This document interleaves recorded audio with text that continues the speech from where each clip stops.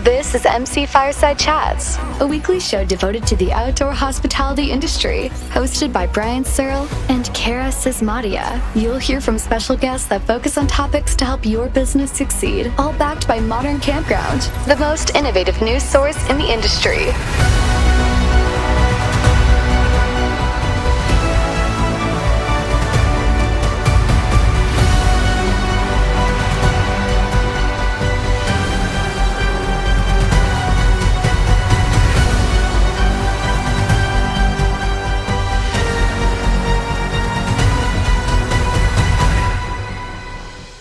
Welcome, everybody, to another episode of MC Fireside Chats. My name is Brian Searl with Insider Perks, here as always with Cara Csizmadia from the Canadian Camping and RV Council.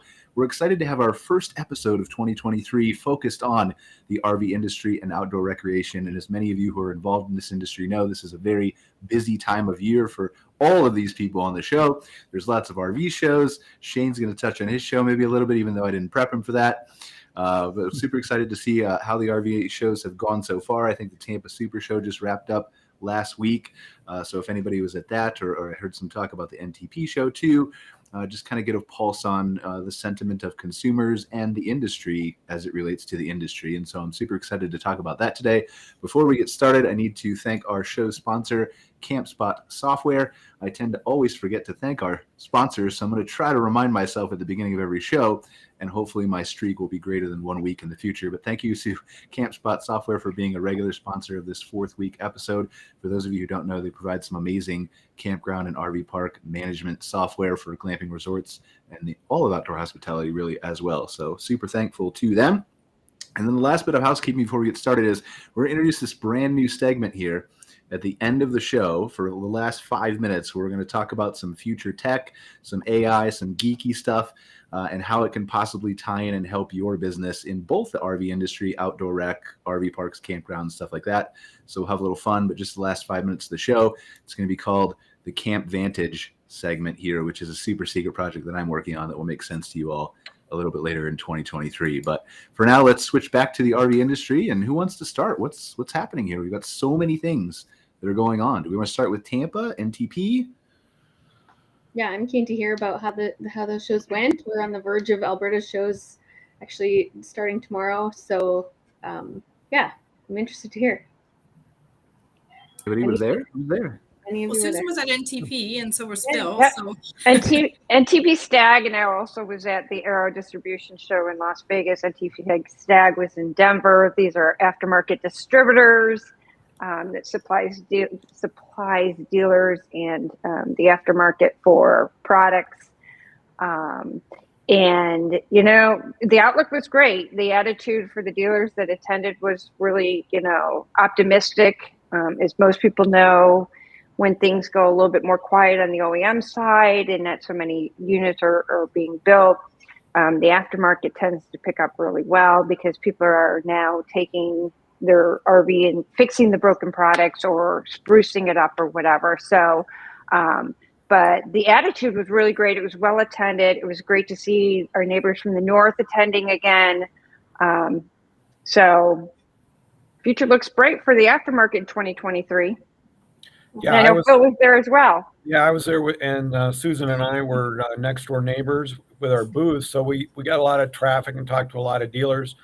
I thought it was very interesting, some of the new technology that's coming down the pike for RVs, especially in power generation, as regulations on traditional fuel-powered generators start to come into effect in California and elsewhere. The industry is looking ahead on solar and battery-powered systems for RVs.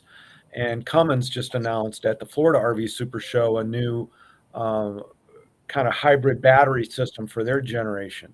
So, things are going to be changing as we move forward, but the industry's got a lot of exciting new products to look ahead.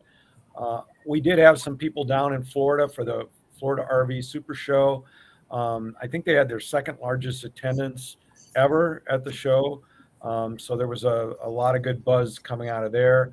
And also we're hearing great reports out of some of the bigger shows in Pittsburgh, Boston, and Cleveland that were kicking off January. And I can't ever remember the industry looking at these consumer shows so closely. As we're coming off these big shipment and sales years in 2021 and 2022, there's a lot of interest to see, are the consumers still ready to make a purchase? And I don't know what you saw in Canada, Sean, but I mean, there's a lot of intense interest in what kind of show activity there is. Is that from media, Phil? Media and just the interest of the industry watching, what's going on, what's the demand going to be like in the displays, and our dealers going to be making sales. Yeah. Consumer interest was very, very well received as well. I know a lot of them were still looking at units. A lot of people were saying they're still going out camping. So that was really great to hear. Do we have a sense of, I'm sorry, go ahead. I was going to say, we've only had, really one show so far in Canada. It was last weekend, the Halifax RV show, which is a smaller show. Now, there was a snowstorm on one day, so the Friday was a little bit more difficult for people to attend. But overall, it went quite well. And the one dealer I spoke to, he had a lot of interest in park models and fifth wheels and motorhomes, which is interesting because, we were saying people were kind of shifting back towards maybe smaller units, but that seemed to be what he was able to sort of move and where his interest was. So it'll be interesting to see when Calgary comes up this weekend, as well as Winnipeg, to see what kind of interest there is in what product type. Well, that's what I was going to ask, if you guys have a sense of what the consumer is more interested in 2023 and beyond, because it's very easy to say, and we all know that camping is mostly recession proof, and I stand behind that, right? But what type of camping people are doing, I think, might shift, in addition to the normal demographic changes and things that we're seeing in the industry overall as far as preferences go. So have you guys seen any of that change or shift, or have you heard about any of that? I think it's... Well, go ahead. No, go ahead, Phil.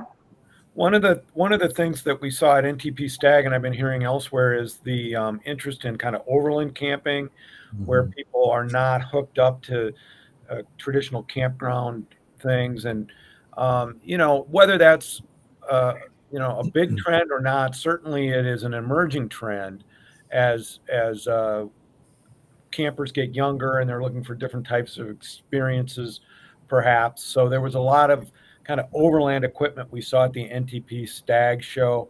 And as that grows, that's going to have a lot of different kind of things for dealers and campgrounds to think about, and kind of what kind of offerings they have, and our dealers equipped to, number one, equip those types of campers who are looking for a kind of an unhooked experience, and number two, do the campgrounds have spaces that will kind of give that. And we've had some of those conversations on this program before about how the traditional campsites are evolving, where people are looking for more dispersed kind of campgrounds. Yeah, I agree. It's the boondocking that, because campgrounds are getting filled up faster. So they're trying to find other ways to camp without having to find that needle in the haystack at times. And true to what you're all saying is about innovation in solar. Phil, you were there. You seen the huge crowd around the RV that was next to us. And what they were showing was an awning, and instead of fabric, it was solar panels. So you can, it would come out, and as it came out, it would be just nothing but solar panels on top, and then it would go back in when you're done. So, and it could run everything from your microwave, your air conditioner, and the crowd around that was incredible. People were really interested in this new innovation of how to hook solar.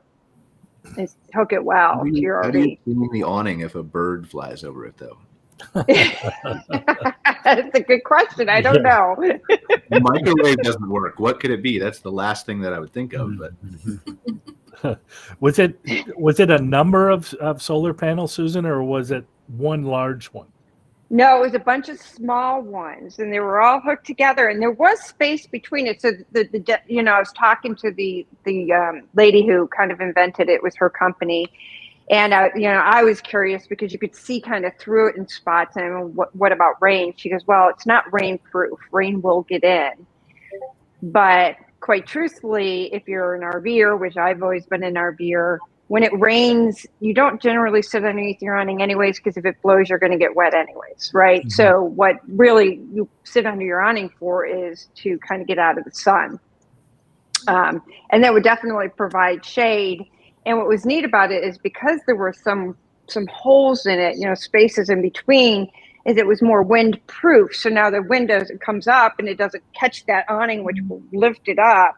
It actually gave some air to it, which was, they also had like systems in it that if you try to drive away with it open, it makes an alarm. I mean, it was really pretty swift. Yeah, the advances in solar panels are quite remarkable. Sometimes we think of them as kind of thick, bulky items, and some of the companies there are, have these real thin, very durable, flexible solar panels now that can cover the top of the unit and can actually be used as replacement. So for the older type solar panels, so. There's a lot of technology coming down the pike. Hopefully it all works and that it can give, RVers the experience they're used to with a fuel generation situation. And, fuel generators aren't going away anytime soon, but certainly with some of the regulation out there, there is a horizon out there if those regulations, seriously do take effect. Mm-hmm. Yeah. I mean, I think there's probably what you're saying is there's probably no interest if they do go forward in purchasing something brand new that might be not kosher in a few years. Right. Yeah. It's funny about you mentioning overlanding, Phil. Solar's fitting right into that. But I was talking to a major, one of the three major vehicle manufacturers about some things, and we were talking about our show, and they were more. He was more interested if we were going to show overlanding product. Mhm. And if you look at their commercials now from all of these, vehicle manufacturers, they're all in boondocking. They're all in the middle of nowhere. Unfortunately, you don't see them at campgrounds, although, I kind of express that. But they're all by a river, or ocean, or a stream, and that's what they want to show. Well, I think those images probably evoke more emotion, regardless of, where they're actually going camping there or splitting time between a private park and there or whatever their interest is, right? I think it's more about wow, that's an amazing nature experience. Yeah. Right. I mean, campgrounds are beautiful, but the trouble is the genuine accessibility of that. The actual ability to go camp in a place like that is not very simple. And that can cause you need a $50,000 TV crew. That's all you need. Yeah. Like permits from federal governments and all kinds of things in some cases, right? Like there's areas in our parks where vehicles can't even access. So, to think you can camp there is tough, right? So there is, I know it's a conversation we have with operators at CCRVC all the time is, the marketing concepts are visually stunning and beautiful, but sometimes cause them concern around misleading perception. Yeah. I mean, not really misleading, but just not. No, yeah, I think story of a consumer wants to go and experience that, and typically that's hard to achieve. Right? That commercial worthy camping experience can be tough to find.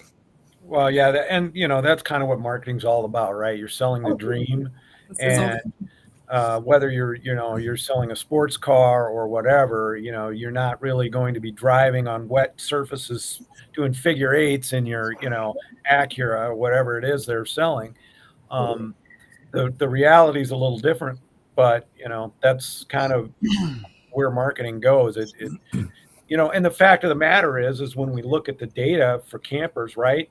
You may be thinking, well, I'm going to take that once in a lifetime trip to the Grand Tetons or whatever it is, but you end up using it with a short trips to nearby campgrounds, and that's that's the main use of it. So, but it is interesting how we try to kind of sell the sizzle, but we all end up using it for meat and potatoes anyway. Well, and let's be fair, like it's not just the RV industry. You're right; it's everybody that does that through marketing. I mean, I remember seeing the new Ford trucks that would come out towing like a whole thing of concrete trying to stop in 3 seconds, and like who's doing that?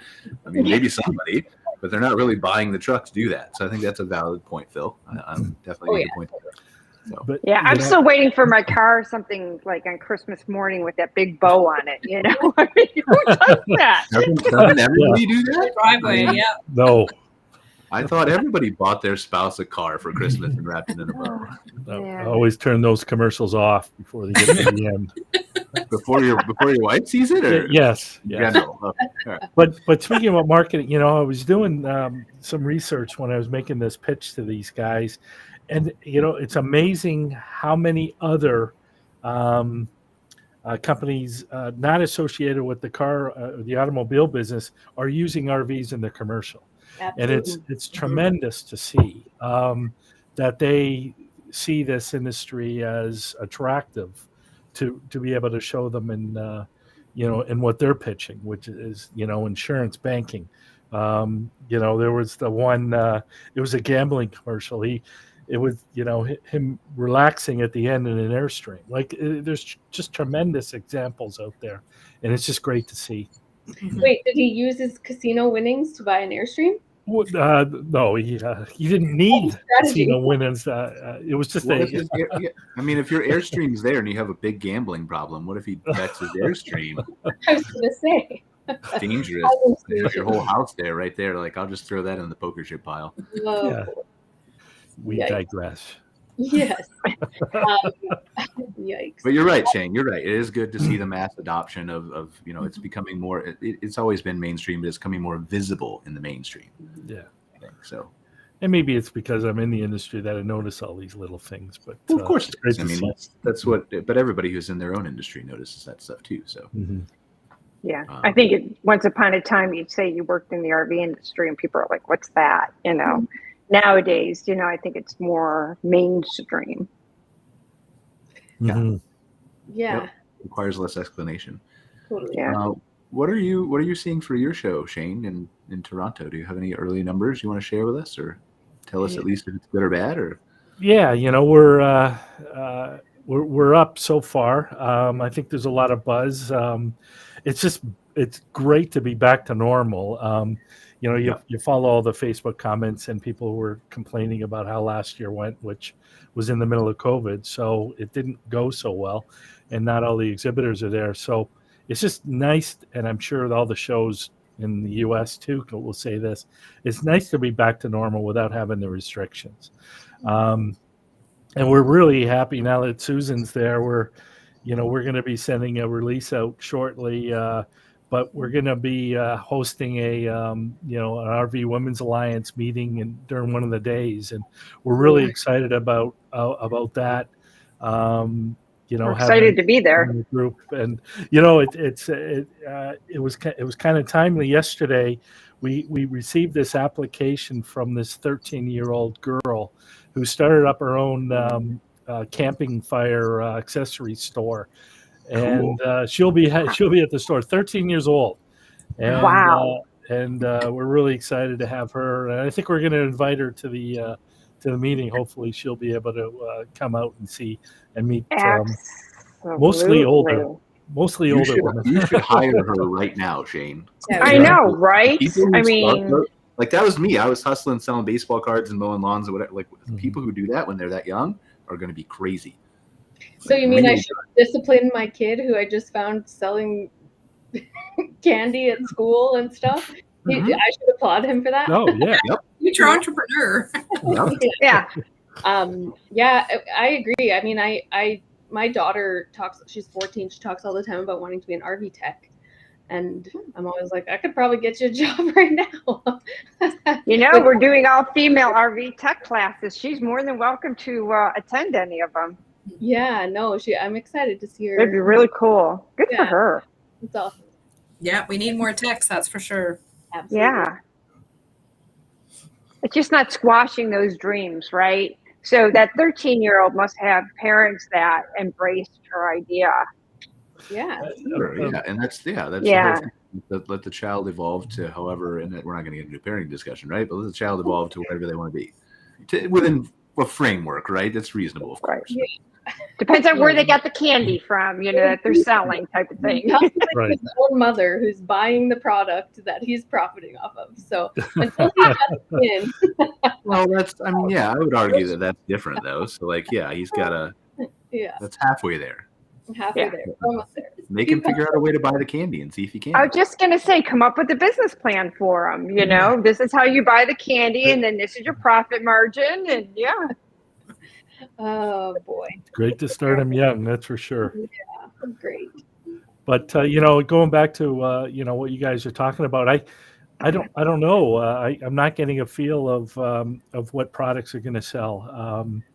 It's awfully difficult. We there was some fall shows that Eleanor said that the small units were going, the small adventurous units, and now, from what you were saying, in Halifax, the bigger units. So it's really hard to, I guess for us, we don't care as long as they sell. Yeah, I was in a meeting today, and they said the same thing. Usually, the smaller units, the lighter units, the stick and tin, as we call them, start to go. But we're not seeing that, which is very interesting. Yeah. Yeah, one of the lenders I was talking to, and they see a lot of RV financing deals across their desk. What they were saying is that some of the smaller affordable stuff is moving, and then on the other side, the high end stuff is moving quite well, because those people are less. The higher price you're paying, probably the less impact some of the ups and downs of the economy might have on your personal finances. Right. So they're out there buying, motorhomes, fifth wheels, things like that. And then on the other hand, you got the people that are really looking for a bargain, the affordable stuff. And so that stuff's moving, and that's kind of what they're seeing, where the activity is at the real low end, and then at the high end. So. Well, and that's what I would expect, coming from outside the industry, right? Like the RV industry, just focused on campgrounds. And this is kind of what we've been telling our clients is that the top 10% of the income earners, the luxury RV resorts, luxury campgrounds are going to be fine unless the economy gets really bad. And so if you cater to that 10 of the market, I think you're going to be good. And I think, again, the BLM, the overland, the state parks, the cheaper campsites are also going to be fine. And I think the middle is going to be more competitive. I think there's going to be plenty of campers to go around, but I don't think it's going to be as many as 2021. So I think it's going to be a little bit more competitive. Yeah. And you got to remember, people are still working remote, right? That has not gone away. That continues to go on. And now that people have had the taste of it, they don't want to let go of it. So you have that client out there as well.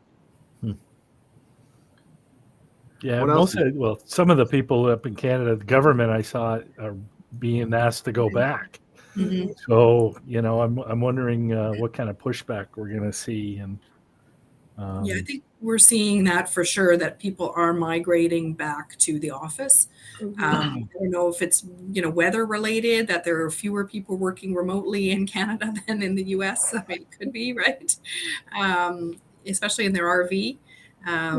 But we are seeing people sort of go back to that. But I still think, in talking to consumers, you still have people that are wanting to explore their own backyard and not completely comfortable traveling necessarily far away. And so I think, the campgrounds should potentially have a very good year this year.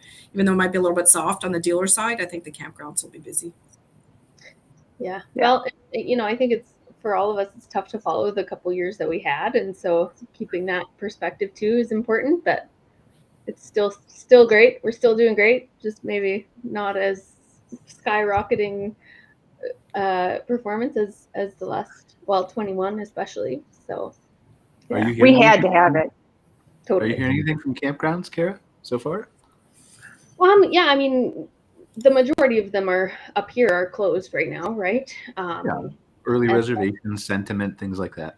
Yeah, a lot of them are only just opening for reservations for the year, so it's early, I think, to start to say. But I think through last year, even, we were starting to see folks book less far in advance. So kind of waiting till closer to their travel dates to make reservations and things like that. It'd be pure speculation for me to say why that might be. But I would guess probably just volatility with the economy and things like that, kind of waiting to see how things go before they make those reservations and stuff. But overall, I mean, the few parks I have had a chance to talk to, are seeing good, numbers, that nothing really out of the ordinary or unexpected at this point. But we'll see. The coming weeks and months will be the big kind of tell. We'll start to have a better idea of how this summer will look. And hopefully we're going to see the return of international traveling, right? Oh, yes. I'm sorry, Shane. No, go ahead. Yeah, I agree. I was just in a couple of Travel Alberta sessions. They are spending some significant dollars and resources to do targeted advertising in Europe and Japan and China and places like that to try to kind of reopen interest in coming this way. And so I think absolutely we'll start to see a return to that. We've also got the rental agency companies preparing fleets in advance to get those numbers back up. They had kind of sold off some inventory and things like that the last couple of years, and now are prepping for things to get busy again. I think they're definitely seeing a huge increase in reservation numbers based on what I've heard here in Alberta.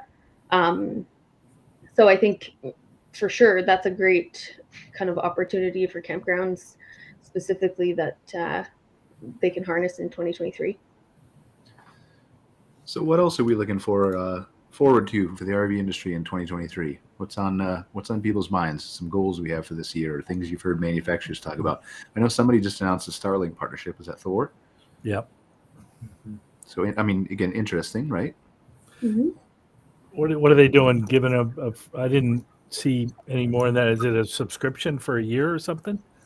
I think they're building it into their units, aren't they? Do you know, Phil? Are they, Phil? Yeah, that they are certain units. I think it was Tiffin and Airstream they're starting with, and putting it in the units, and certainly that gets to the larger point of people wanting to be connected when they're out in their RV, and certainly here in the U.S. we're going to see a lot of investment both at the federal and state level in modernizing campground infrastructure with Wi-Fi and other connected devices, so that this remote from work can happen, as well as just the needs of the everyday traveler, which is certainly when you look at some of the research, that is a big want for travelers, whether they're camping or recreating outdoors. They still want to kind of maintain that connection, and that Starlink partnership is that just reads right into that narrative, right? Mm-hmm. Totally. Yeah, absolutely. So what else is new? What else is changing in the industry? RV Women's Alliance, isn't there a report that just came out from you guys, or? Oh, our 2022 impact report. So it just it's a year in arrears of what we've accomplished in 2022 and what's going to happen in 2023. I mean, one of our big things I said earlier, is the all women's tech classes. And so those have gone nationwide. We did a pilot program in 2022 where we were going to have 12 women go through the RV Technical Institute's level 1 tech class, and we had over 120 applicants. So it just kind of blew us away. So we graduated 24 women out of the a la carte class. So what we decided to do is to take that nationally. We have a Florida, a Dallas, an Oregon, a Pennsylvania, and an a la carte class this year. And of course, rvwa.org, if anybody, any women out there who would love to take that class. What we kind of learned is you lower that barrier to entry to having it all women. And it's not like and I laugh at this. It's not like men go out of their way to make women feel uncomfortable in these classes. It's not that at all. It's within ourselves. We go in these classes feeling intimidated. Well, some do. I wouldn't. But anyways, but you know, it makes them more comfortable. We've followed some of the graduates have gone on to be the female techs, or they worked for they're working at the OEM plant. So we had one woman who owned her own campground, and she wanted to help her customers more, because where do things break down most of the time? If you're not on the road, you're in the campground and something breaks. And so she wanted to have the ability that when her guests are there to, at least through level 1, to go out and be able to help her customers. So that's a really big plus. Of course, we have leadership training and mentorship and educational roundtable discussing all the different parts of the industry. And of course, here's my plug: RVWA is free to its members because of our partners. But there's a lot, and this industry is a wonderful industry to work in, as we all know. It's big but small and somewhat family-like. Yeah, it's definitely interesting to see how that's changing and evolving. I'm super glad that you're able to start that and have more women feel comfortable. Yeah. We'd love to see something like that. Oh, sorry, Susan. Shane, so 2024, we weren't quite ready. I think RVTI wasn't quite ready to bring it up to Canada, but we did tell Stacy at Great Canadian RV that 2024 is our goal to bring those classes up also in Canada, and have at least 2 of them, one on East Coast, one on West Coast, for you guys as well, for all women. Awesome. Yeah, we're excited about doing that with you guys. Are there any opportunities to do, not replace with in-person ever, but supplementary virtual courses to allow more people to attend? So the RV Technical Institute does have a hybrid where you can do it all online, at least for level 1, and it's relatively really inexpensive. The studies just came out. I'm not sure when and where they released this, but there's 1 tech for every 5,000 RVs out there on the road, which is just mind-boggling, right? Now we know why everything's so backlogged, and that's kind of giving this industry a little bit of a black eye. So the focus is to get more people trained out there. Level 1, you can do at your own pace online and then test, and then level 2 is a 3-week program where you can do 2 of the weeks online and then come into town for a 1 week in Elkhart to finish that up as well. So they are trying to work with people. Not everybody can come out to Elkhart, Indiana, especially in the wintertime. So it's a really great program to get involved in. I feel like I know the answer to this question, but we had a LinkedIn comment here from Rob Nutting that says, "Is there still a high demand for RV techs?" I'm sure it's wishy-washy in Phil's mind, but huge. Yeah, absolutely. And the thing about what's going on with RVTI, I'm on the board of directors there, and really tech training and the opportunities to get into the service and service management side even have never been more accessible or affordable, in my view. So whether it's through RVTI, the online training that's available there, the RV Learning Center, which is a RVDA's educational arm, offers 3 online training courses right now: 1 for service writer advisors, 1 for parts clerks, and then 1 for parts managers. And then we have service manager and warranty administrator online courses coming later in the year. So I think between RVTI and the RV Learning Center, the accessibility of these courses is really outstanding. And there's a demand in all these areas at dealerships for certainly techs and for service management people. Yeah, you're absolutely right. I was just going to say, and it's never been more affordable, and especially for those, there's this big movement of kids not going to college, right? 1, it's expensive, and 2, they've come to realize there's a lot of jobs out there that you can make decent living at without going into debt or going to college. And RVDA and RVTI, you can start a career with very little investment. It's an amazing way of life that you can get involved in. What are the biggest, and just from coming from a place of ignorance, right? What are the biggest roadblocks to creating more of these tests? Because you say that test is coming out later in the year, Phil. What is the biggest? Is it coming up with the questions? Is it figuring out the knowledge that people need, or I mean, what does that look like? Yeah, well, for RVTI and the RV Learning Center use what they call develop a curriculum or a DACOM process. So you have to get the subject matter experts together, kind of pull everything out of them, and then it's got to be synthesized. And in our case, it's the Ohio State University Center for Employment and Training does that for us, puts it all together into learning modules, and then we have to put those learning modules in a learning management software program, and then we have to test that to make sure that we did it the right way, and then you can put the online training together, and then ultimately a certification test to validate the knowledge that they went through. So it is a process, and it does take some time. We're very pleased to have these 3 ready to go, and then we're going to have 2 more following that.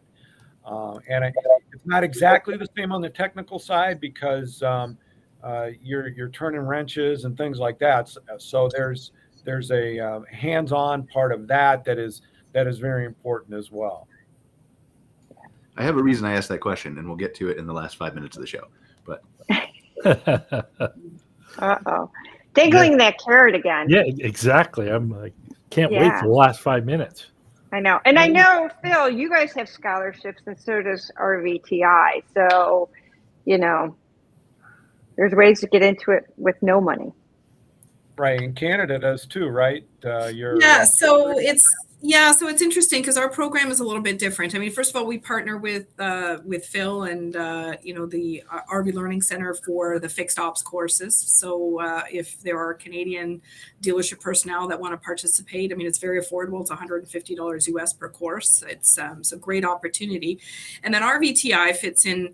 It's an interesting space because in Canada we have a national apprenticeship Red Seal program. So there's national standards for every trade in Canada.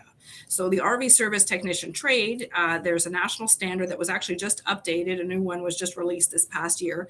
And then each province has apprenticeship programs, which they're in charge of putting together. And so they have schools, they have ultimately a standardized national Red Seals exam that they have to pass. So similar, we have subject matter experts, technicians, people from the industry come together, develop the curriculum, develop the testing. The curriculum is then given to the colleges to implement so that, the end goal is that. Now it's a 3-year program, but what I tell, it's not available in every province. So what we tell our technicians and our dealerships is, a great way when you're trying to bring people in, especially when we're at career fairs, we're saying, yes, the training may be out in British Columbia, but you can start off with RVTI tech training, right? Because it's available online. Level 1 is a great way to learn about the basics about the electricity and some things like that.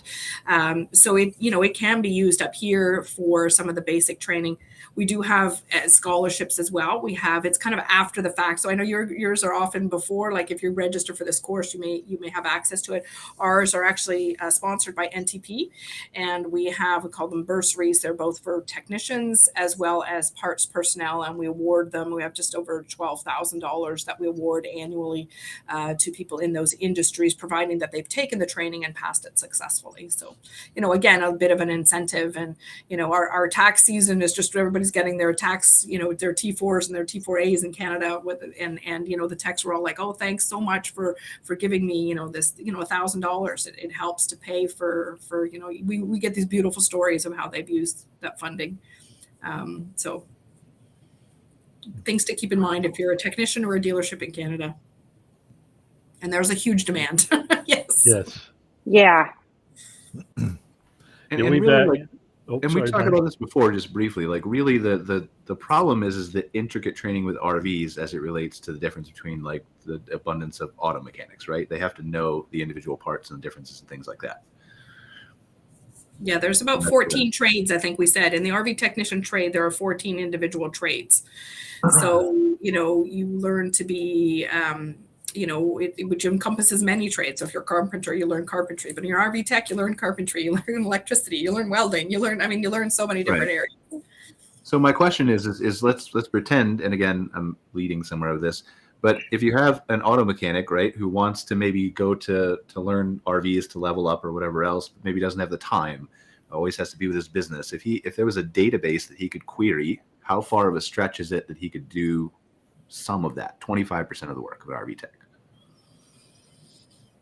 Is it a big stretch? I mean, I'm ignorant, so I'm just asking. Well, no, I mean, I think that it's very transferable skills for auto mechanics, boat mechanics. One of the things that is attractive that we've heard over and over again from existing techs is the variety of work. Okay, they're not doing the same thing every day in a lot of dealerships. Now, that's not true of every dealership, and some people do like to specialize. They just want to work on generators, for instance, or they just want to do collision work or whatever. But for the majority of techs, there is a variety of things that they're working on, whether it's the plumbing, electrical system, hydraulics with slide outs and things like that, or their roof repair. So it's a lot of different tech, skills that are needed to be an RV tech. And the other thing on the other side of it, on the service writer advisor side and parts, we are getting people coming in from maybe they worked at an advanced auto parts place or some kind of a national chain, and they end up for an RV dealer and they find out, oh wow, this is a lot different than working at an auto parts desk at a dealership or at a store. So that's where our training comes in to kind of help them navigate that. And as they take the training, they become more confident in their job. They're more efficient for the dealership. And of course that ends up, on the other end is better customer service. And that's the main thing. But it is difficult to, recruit some of these folks to get them into the job. And that's what RVTI is working very, very hard to do, kind of spread the knowledge about why, this is an attractive field. Well, I don't think it's hard to sell. They just have to talk to these people, right? So. Yeah, and some dealerships out there are already certified to train their own technicians, so they can just get a job at the dealership without any of this education, and the trainer at the dealership can certify them in some of the lower levels. Yep. Right. They use the RVTI training and they have a mentor right at the dealership who does that. So there's a lot of dealerships going to that model. It's the train your own model. Because, just having somebody qualified walk in the door, probably less likely to happen. So what else is happening in the RV show world, from a consumer standpoint, right? Because we have a lot of campground owners who watch the show too. And we touched on it briefly. We're happy with the attendance. We're not sure kind of which way the model buying is going, but maybe high end and also some lower end with some middle, maybe possibly, we don't know yet, falling by the wayside, at least in the early shows. What else are we hearing, or what do we think the outlook is for 2023 for the rest of the industry? Their campground should be full. Yeah. I don't think there's going to be any. I would bet money on that one. So be prepared. Okay. To go back to what you guys were talking about before, there's a tremendous demand about what parts and accessories they can get at the show. Like more than ever.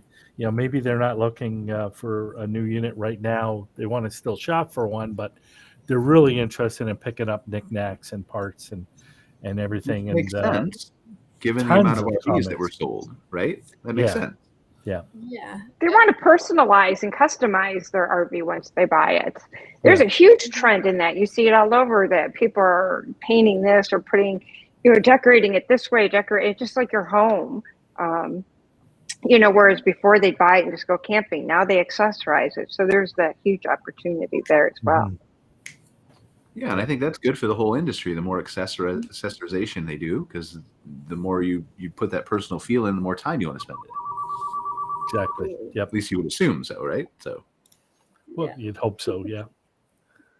Yeah. And for the first time too, RVDA and CRVA and CCRVC have all got together, and we have these career booths that we're going to be for the first time bringing out to all these RV shows across Canada, or at least most of them. And you need to get face-to-face with potential employees as well. Not only try to sell them some stuff, but maybe they want to work in the industry. So we had our first booth, I guess, in Halifax, Eleanor, and we've got Jerry's photos, and I think it went really well. I don't know how many. We had some brochures to hand out just to talk about the career paths for all three segments of the industry. And we also go, to career fairs, but here you've got a captive audience. They're already here because they're familiar with one aspect of the RV industry. So why not, give them more information? And sometimes it's not necessarily just the person there that may be looking at a unit. They've got, children or grandchildren, or, it's a great opportunity to capture people who are already engaged with us on some area. Yeah, 100% makes sense. Is there any move to do that at any of the U.S. shows that we know of? Or? Yes, RVTI is out there doing some of that. Not so much at consumer shows, but at some of the trade shows. I know that they're out there at career fairs, and this is actually just getting started for RVTI, but it's certainly going to be a focus in the future.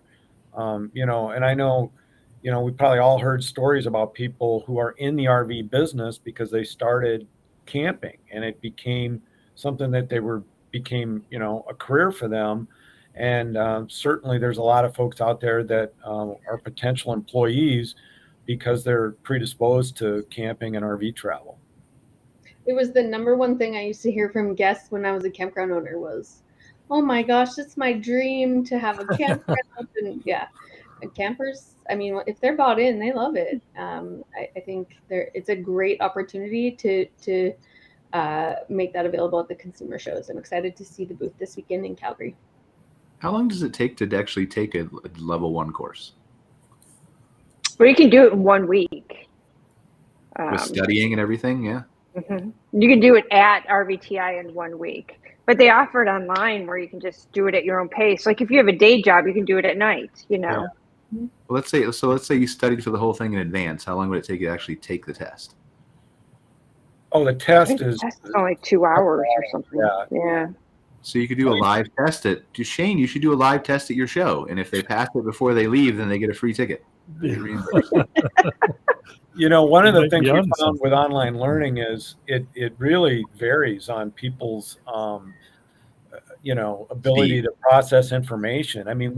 We've got people who can take our service writer advisor course and all the modules in it within 3 hours, Others take, 5 hours or whatever. So there's quite a wide variance on it. And then some people like to go back and, see what they've, review what they've learned before they move on. But, that's one of the nice things about online learning. It is something, if it's designed right, it is truly self-paced and you're not rushing through it. And you can always go back if you didn't understand something, which isn't always, possible in a live setting. Yep. Yeah. And it depends on how you learn. I'm a hands-on person. Online learning's okay, but I love to be hands-on. And so there's options, it just all depends on, the sky's the limit kind of, COVID really pushed that farther than ever and faster, which was actually a good thing because now all these technologies that push people to be able to access things in different ways. That was coming all along. It just got here a lot faster than we thought. Mm-hmm. Sped things up for sure. Yeah, for sure. Technology is here faster than we thought, but we still have 5 minutes. If you guys something else you want to talk about? I know you keep on dangling that carrot. I might just be like inflating it. It might be a letdown. No. Well, let us be the judge. Yeah. Do we have anything else to talk about before we pivot? I was only planning to do it for 5 minutes. No? Anybody else have anything? All right. So if you guys have not heard of this already, we did a little demo of this last show at the end of the show too. But we're going to start a new segment on this show. It's going to be called Camp Vantage, and that's a secret project I'm working on. You guys will know what that is. I said, I think at the beginning of the show, a little bit later this year.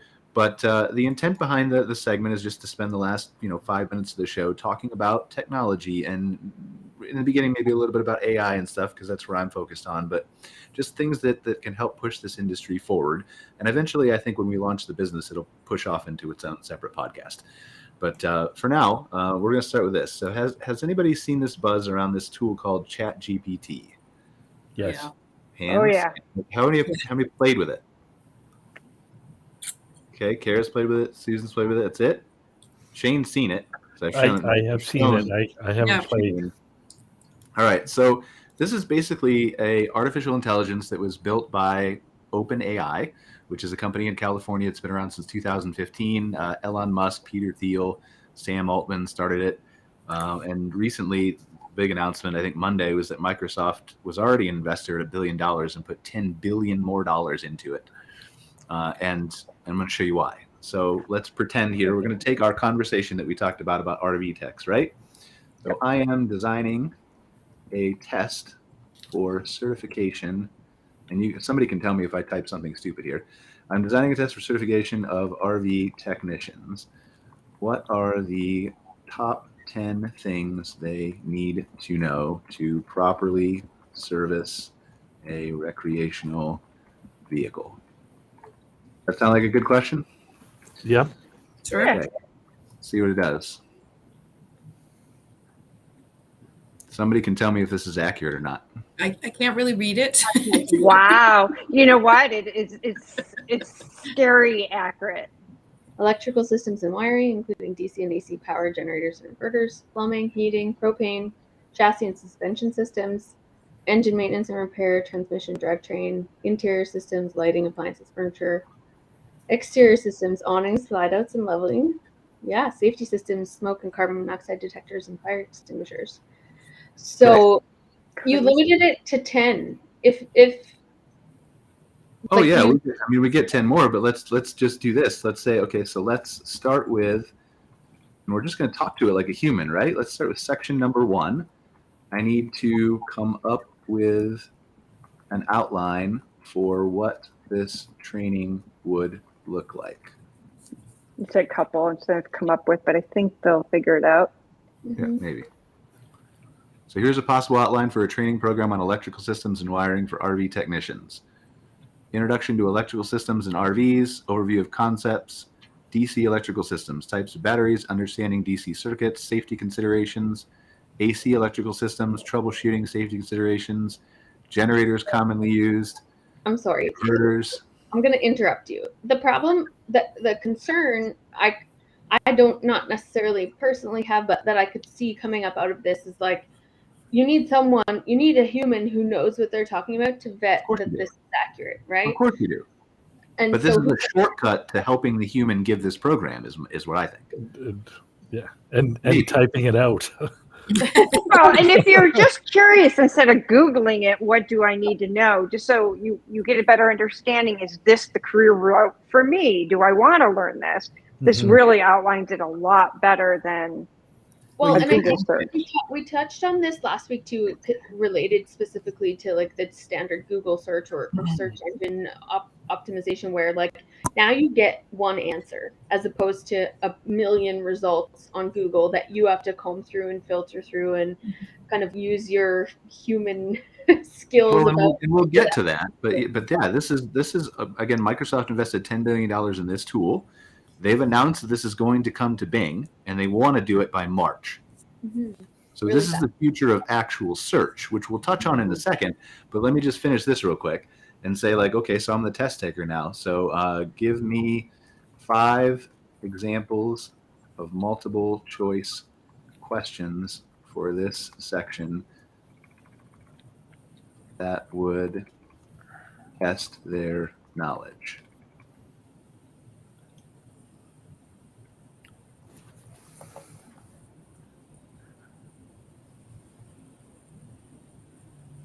Like, what is the function of a converter? A, B, C, D. Like, it's literally giving you everything. And again, human vetted. Of course, you have to have it human vetted.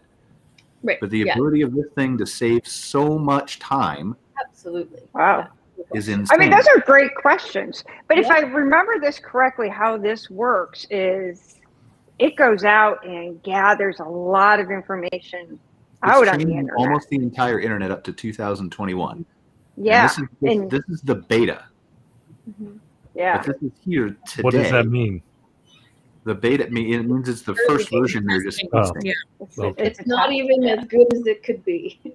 Yeah, and that's why Microsoft obviously invested $10 billion in it. My son kind of works in this field in some aspect. He's a data miner, so to speak. They also call him, I think, a data engineer. I don't know. But he's seen this coming for a while, and he's still blown away by it. Tell me why someone should be an RV technician while we continue our conversation. In case you need any marketing points for RVTI, Phil. Yeah. Well, it looks like, I got to tell you, it looks like they're pulling some of this stuff right off the RVTI website. Yeah. Well, some And they probably do. Some they are. Like, I don't, but it's all original. It's definitely. No, I got it. Yeah, it pulls it off of everything that it finds out on the web. And what amazes me is the speed it does it at. Mm-hmm. Oh, it's incredibly fast. Yeah. So are they people using this as their like chat bot to answer questions? Yeah, you can. So this is interesting. I was telling you guys before, I think before the show started, but I was reading about the let me find the article, the class that was using this in education. We've seen some problems with this with students writing essays and stuff like that, right? In New York City schools, I think, have banned it and stuff like that. But we saw there's an article here that I can find it from. Let's see if I can share this tab. Here we go. Can you guys see that? So Alperovich, I don't know what that is. Yeah, it just popped up in my Google feed because I read a lot about AI. But 5 days in class with ChatGPT, and he's talking about this guy does coding and stuff, and he's saying, everybody had ChatGPT open, which was shocking. The professor made them have it open. And then during the class, he says, 5 days later, I had no longer any doubt this thing will transform higher education. The first use case is that machine filters mundane questions, as one of our students put it eloquently, meaning you can ask the dumb questions to the AI instead of in class, which stops them interrupting the professor, right? The second benefit is you no longer disrupt the flow of class. For example, with a question like what's an offset or a binary file or whatever. Think of it in RV tech terms, right? Everybody could keep up. Another benefit. We had a highly uneven level of technical expertise from no technical to computer science, but everybody could keep up by asking those questions to ChatGPT if they didn't know without interrupting the thing.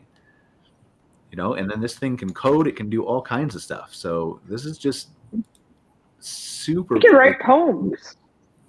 Yeah. Yeah. Can write Poems. Yeah. Oh, write me a poem about being an RV. An RV an tech. RV tech. Yep.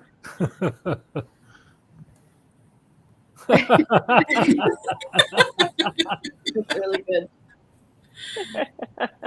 This is here today, guys. Yeah. Yeah.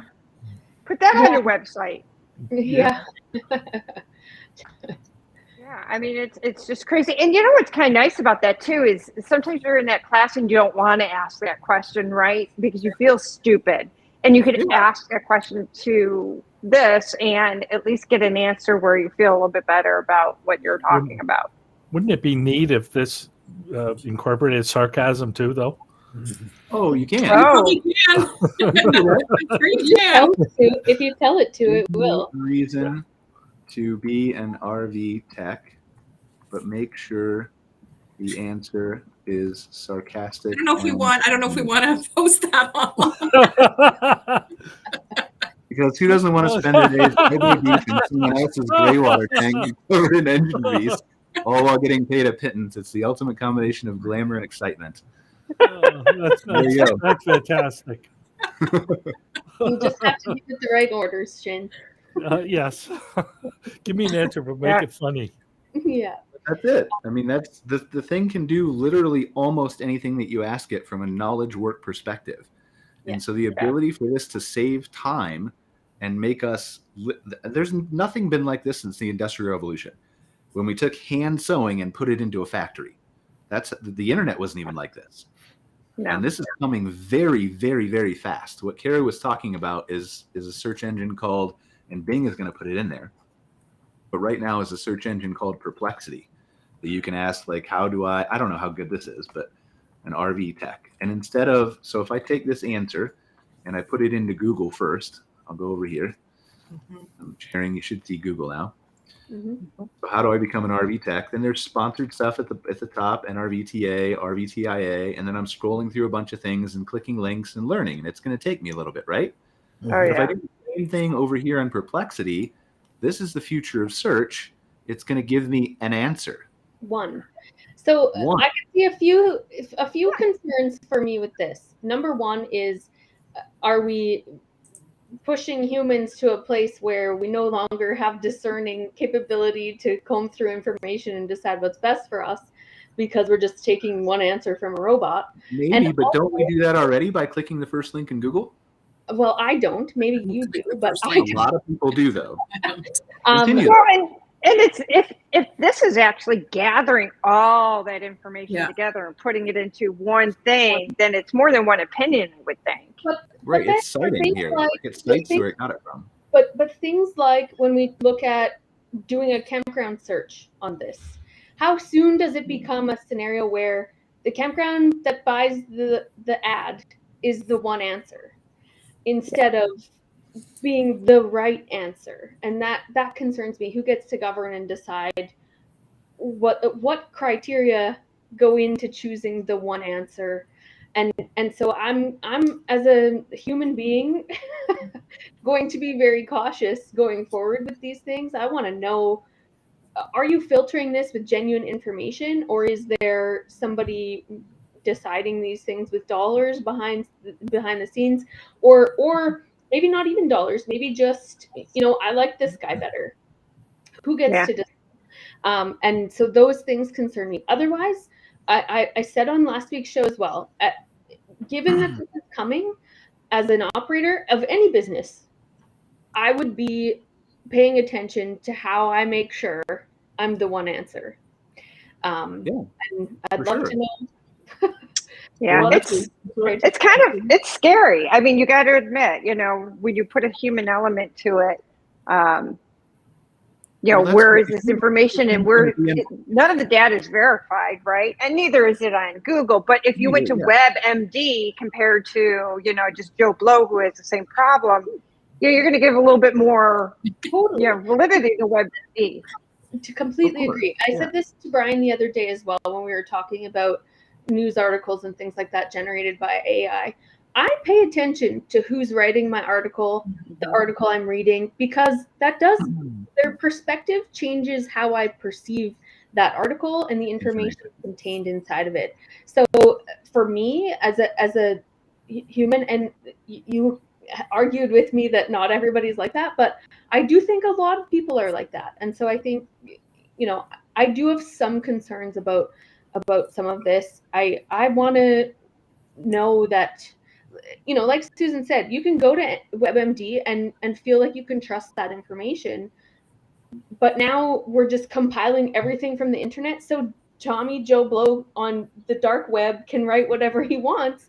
And now it's impacting those searches. Well, so no, to a certain extent, because they cut off the lower, I think, 50% of the junk content when they're training the models. But who decides? But I do share your concerns. They're very real. We're already out of time. I feel like this maybe validates I should have a separate podcast for this. This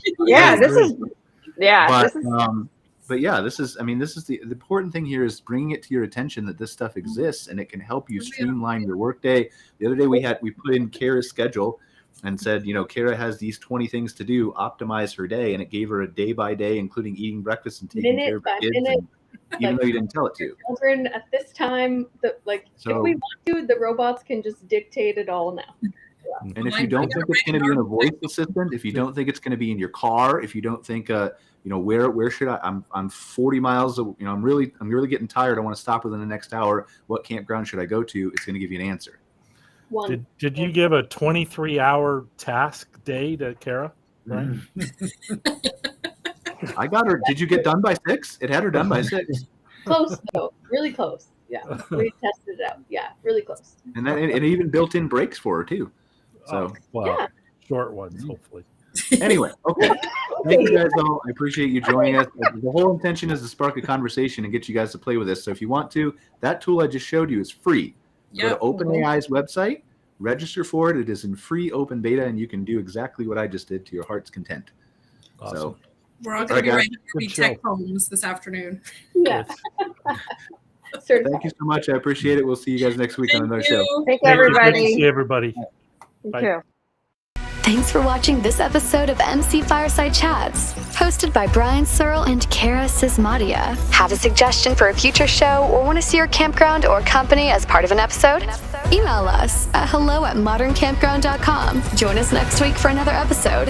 And don't miss the latest outdoor hospitality news and commentary from around the world at moderncampground.com.